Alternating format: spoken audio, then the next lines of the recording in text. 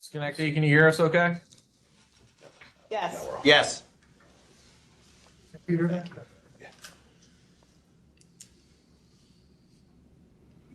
Peter Can they hear Machete, us? Brian Conley, Gwen Dean, Jessica Desney. I can't see in the corner. Olivia. Was it Fleming. Olivia Fleming? Tom Annapolis, Steve Lowenstein, and Kristen Buckley. Yep. Ready to go? Yes.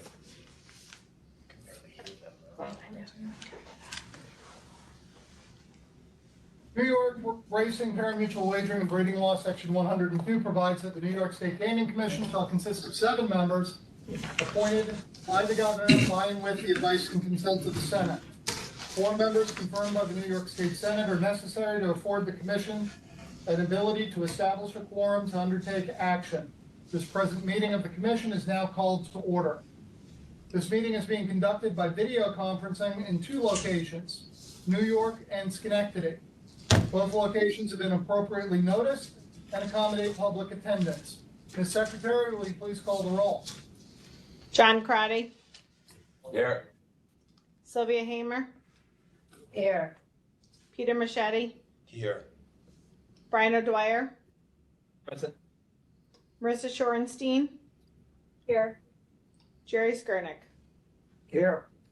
Ms. Secretary, please have the record reflect that a quorum of qualified members are present, thus enabling the transaction of business. Please note that Commissioner Machete is in Schenectady. Bilateral visual and oral communications between New York and Schenectady have been established. Sir? Minutes of the commission meeting conducted on October the 3rd, 2023 have been provided to the members in advance. At this time, I'd like to ask the members if there are any edits, corrections, or amendments. Hearing none, the secretary, please let the record reflect the minutes are accepted.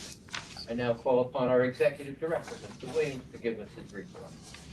Well, thank you. I'd like to start by providing an update on the additional casino licensing process. As you're all aware, the Gaming Facility Location Board received an additional 450 questions supplemental to the 613 initially submitted.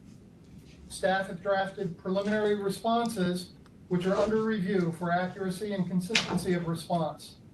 There are no set deadlines for finalization, and staff anticipates working through the holiday season towards completion. To place the question and answer status in context, once answers to the round 2 questions have been publicly issued, applicants will then have 30 days to submit applications.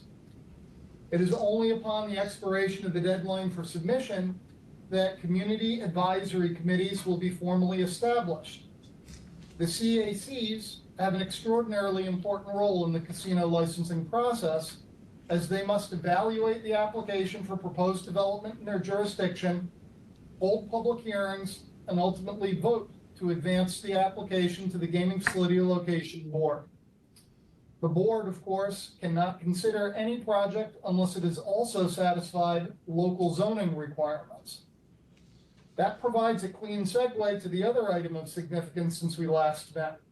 Specifically, New York City Department of City Planning recently proposed a citywide zoning text amendment to allow gaming facilities as a permitted use in certain commercial districts and manufacturing districts.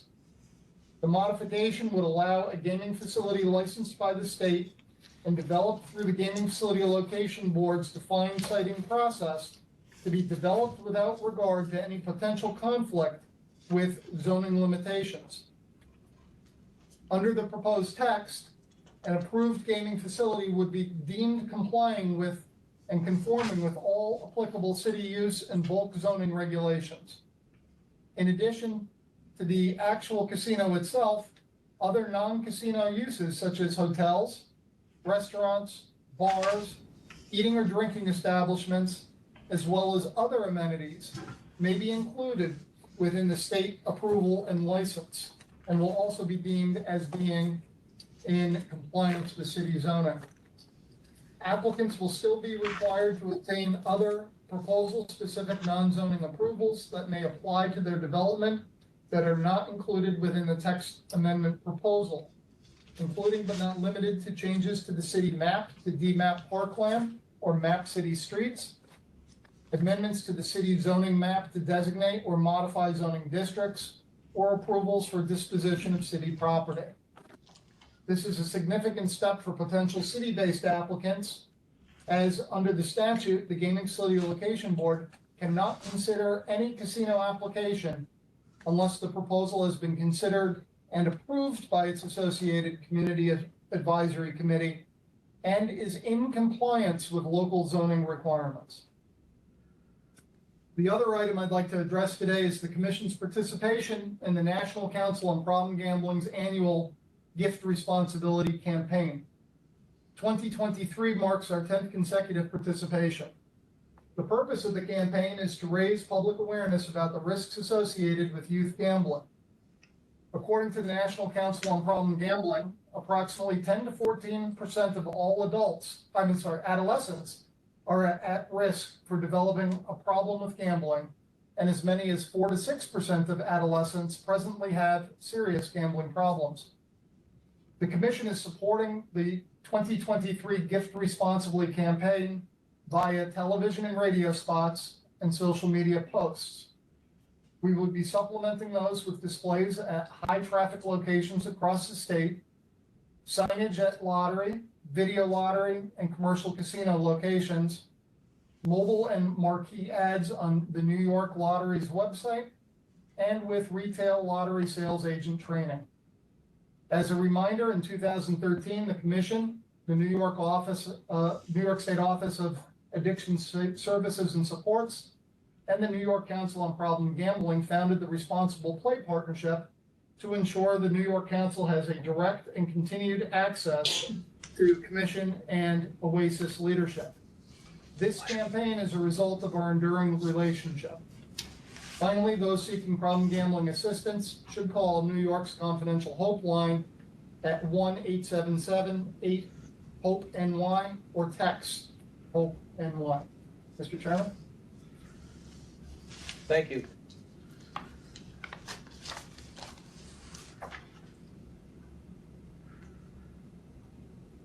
New York State Racing Pari-Mutual Wagering Breeding Law at 104.19 authorizes the Commission to promulgate rules and regulations that it deems necessary to carry out its responsibilities. In that regard, the Commission will from time to time promulgate rules and amendments pursuant to the State Administrative Procedure Act.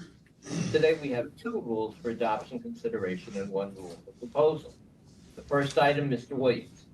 For Commission consideration is the adoption of a regulation to set forth the processing fee authorized by New York Tax Law, Section 1613D7, for review of documentation concerning proposed lottery prize assignments. The Commission published a notice of proposed rulemaking in the State Register of August 23rd, 2023, meaning the public comment period expired on October 23rd. No comments were received. Staff recommends that the Commission adopt this proposed rulemaking. Commissioners, any questions of the adoption of the rule regarding lottery prize assignment processing fee? They have a motion. So moved. Second? All those in favor? Aye. Opposed? Motion is carried unanimously. For Commission consideration is also the adoption of an amendment to regulations governing the purchase of lottery courier services. The amendment would clarify the requirements for customer presence in New York State. Recall, a licensed lottery courier service is permitted to accept orders to purchase New York lottery tickets on behalf of the courier customer. The courier service then fulfills a request by purchasing the ticket at a licensed lottery sales agent retail location on behalf of the courier customer. The Commission initially proposed regulations regarding this matter in October 2022. Upon consideration of the several comments received, the Commission accepted several, leading to the publication of a notice of revised rulemaking. During this publication, only 1 public comment was received. The comment and staff response is included in the record before you. Staff recommends that the Commission adopt this proposed rulemaking as published. Commissioners, any questions on the adoption of revised proposed rules to govern purchase location requirements for lottery courier service? May I have a motion to adopt it? Second. Second. All in favor? Aye. Opposed? Motion is carried unanimously. I'm abstaining. I'm not voting. I'm sorry, I'm expecting Abstaining. Mr. Commissioner Crotty to abstain. Sorry about that. Mr. Williams. For commission consideration are amendments to the lottery prize payment and subscription rules. As you're aware, the lottery has been upgrading and modernizing the platform upon which the division processes lottery prize and subscription claims. Given the programming necessary to implement the platform changes, staff have determined it appropriate to seek regulatory change that will improve the claims process and clarify practices and interpretations. First, lottery staff proposes to change guaranteed for life payments to a specific annual amount rather than being obligated to reconcile and adjust for a final year payment. This, staff suggests, will reduce the administrative costs of oversight. Staff anticipates this change will minimally increase the annual amount for the claimant. Staff also proposes to limit the lottery subscription program to individuals by eliminating provisions relating to subscriptions by groups. This will ensure that only New York residents can directly purchase a lottery ticket. It will not affect the claiming of a lottery prize by a group. The proposed rules also make explicit that a subscription is void if payment for the ticket is rejected for non-sufficient funds, and to reserve authority to suspend a subscription in the event of suspicious transactions.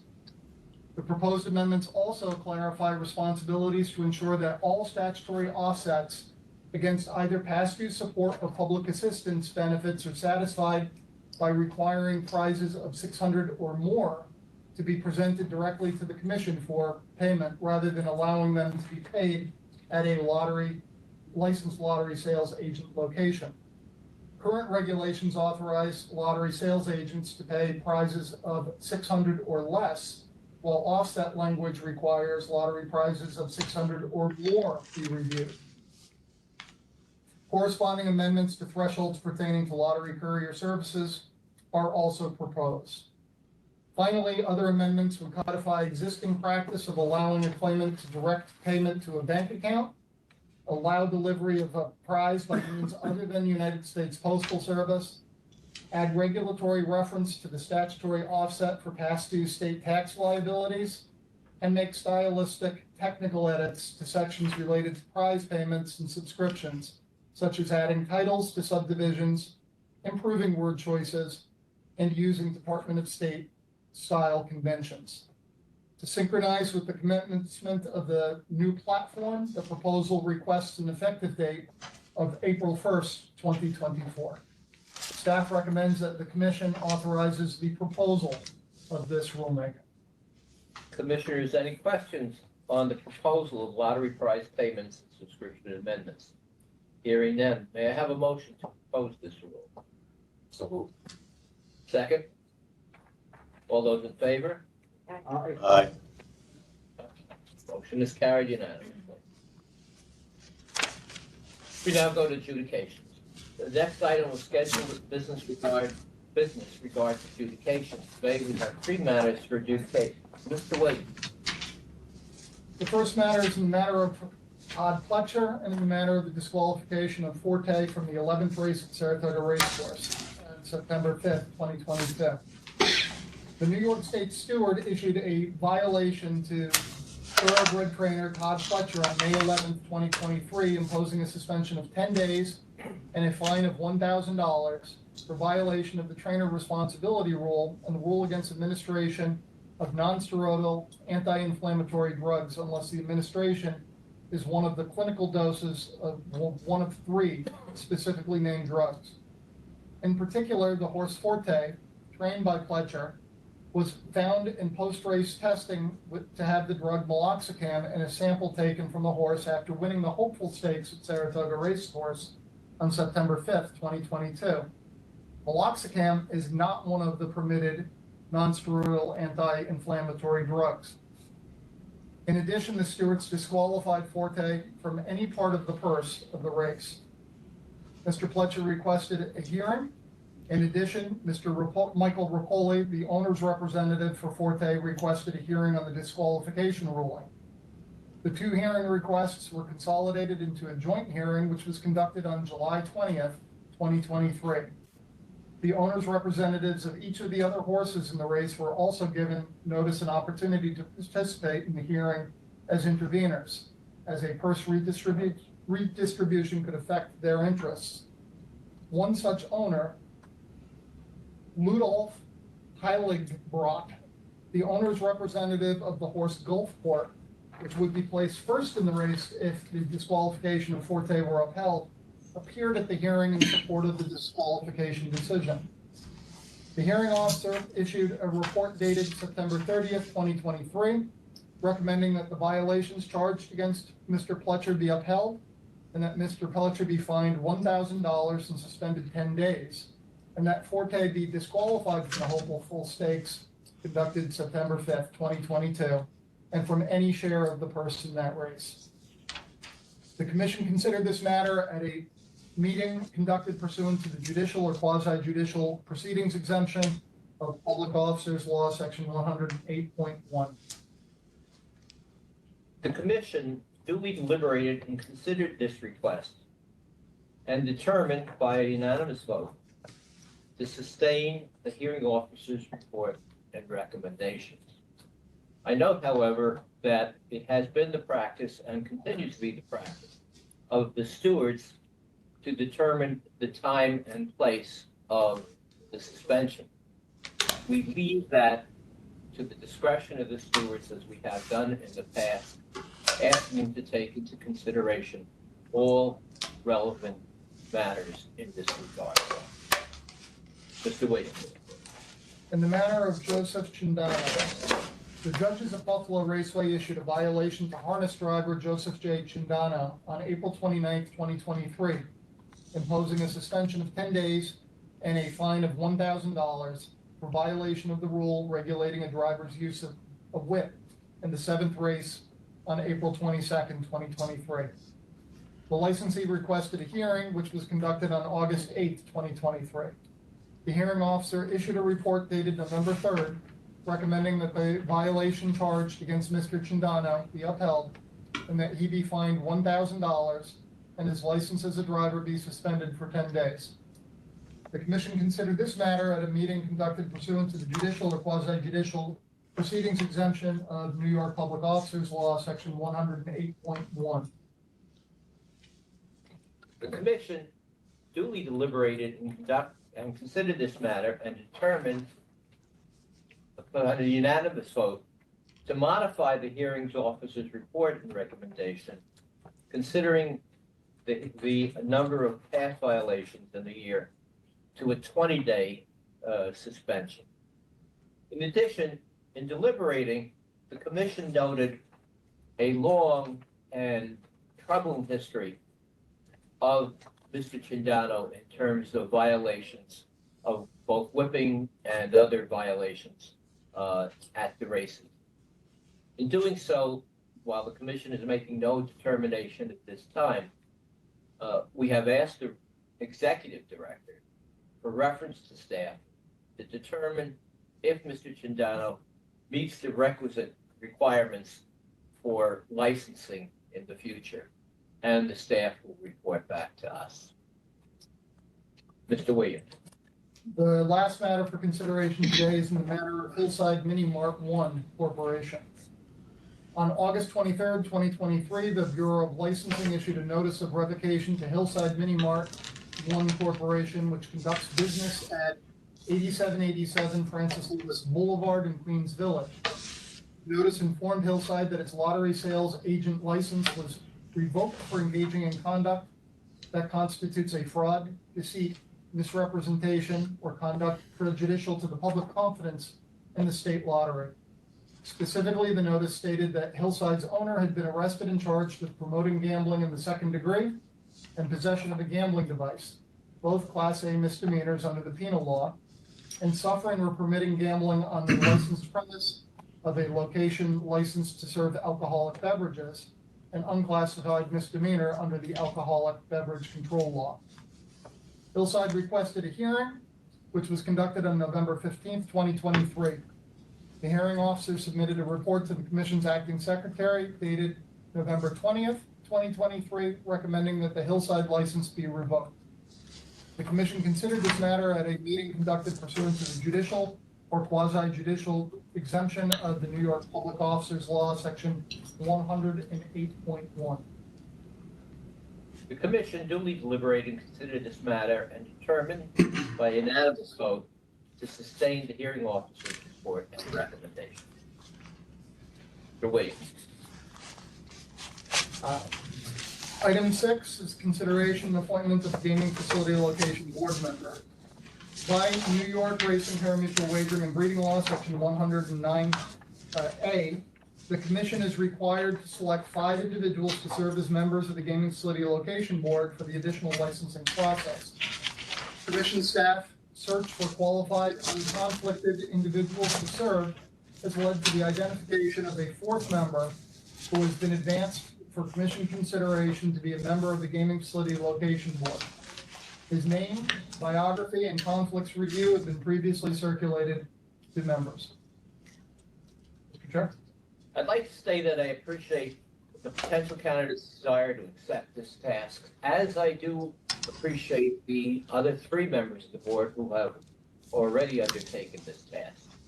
Members serve without compensation in a limited license situation. Few people will be pleased at the conclusion of the process. And with so many constituencies, so much media interest, decisions will inevitably be questioned. That said, few tasks have the ability to transform. Casino licensing process has that possibility. With capital investment, direct and construction employment, and driving of incremental tax revenue, these projects will offer the possibility of tangible change to their host locations. I have personally reviewed the qualifications, capacities of our candidate. I appreciate his openness to this important service. Do we have any questions on the candidate? Hearing none, I have a motion to accept the appointment of Carlos now down the gaming facility location board. So moved. Second? Second. All those in favor? Aye. Hearing none.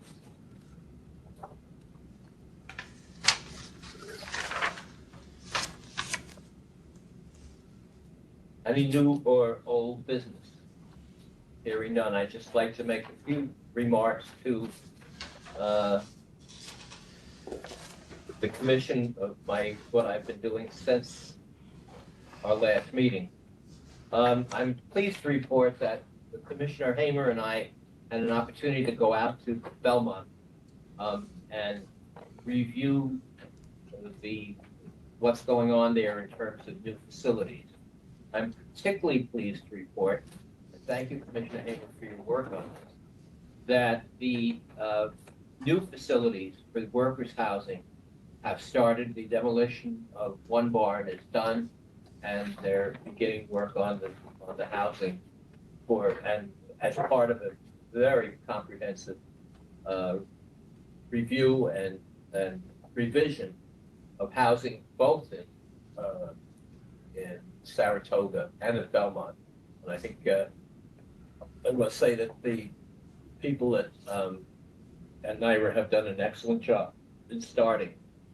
I'm told by our executive director that the franchising board has found a number of areas in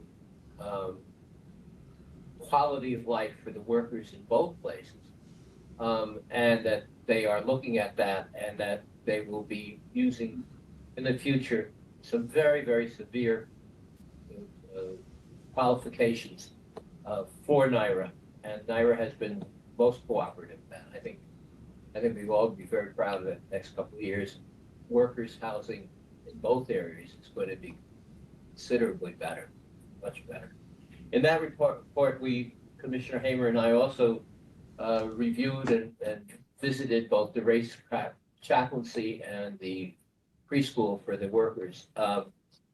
I'm happy to report that in my role as a member of two boards, the agricultural board, the standardbred horse board, and the thoroughbred board, that considerable resources from those funds have been given to the racetrack chaplaincy for the work in promoting the work of the racetrack chaplaincy in working with the workers out there, as well as for aftercare for those horses that are no longer able to.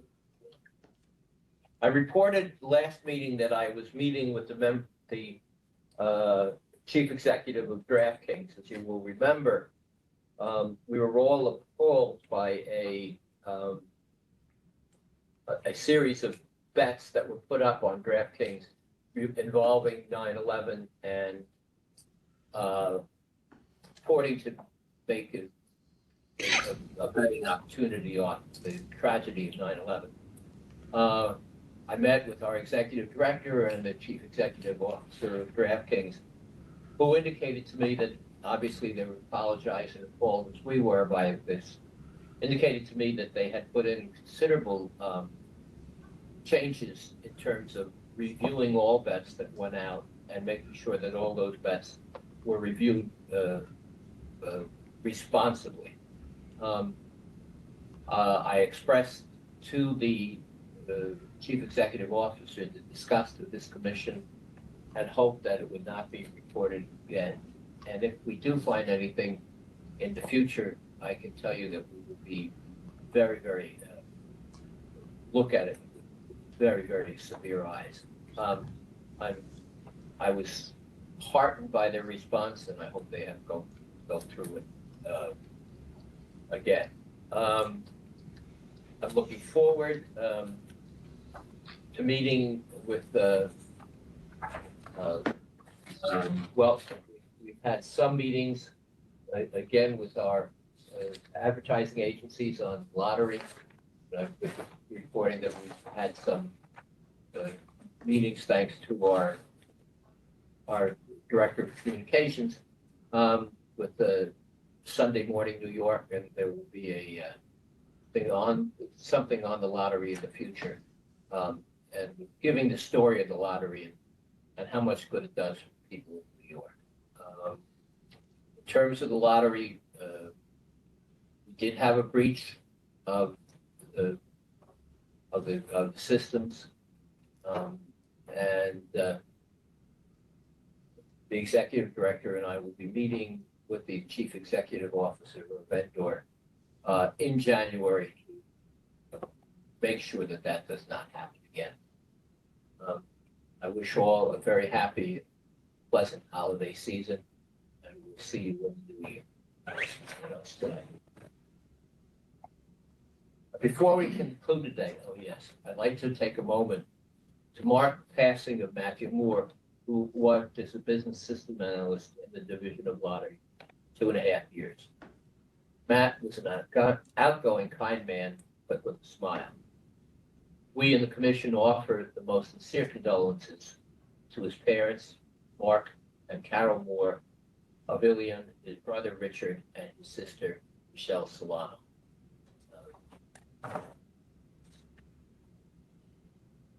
Mr. Chair. Oh, we do have a new person. Mr.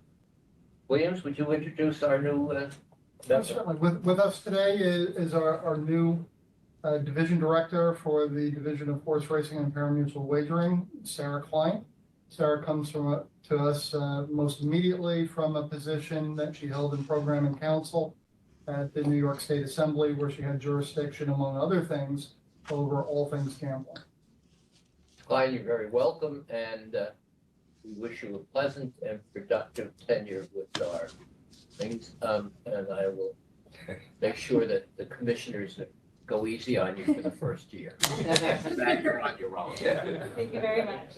How long was your predecessor here? Ron put up a number, no?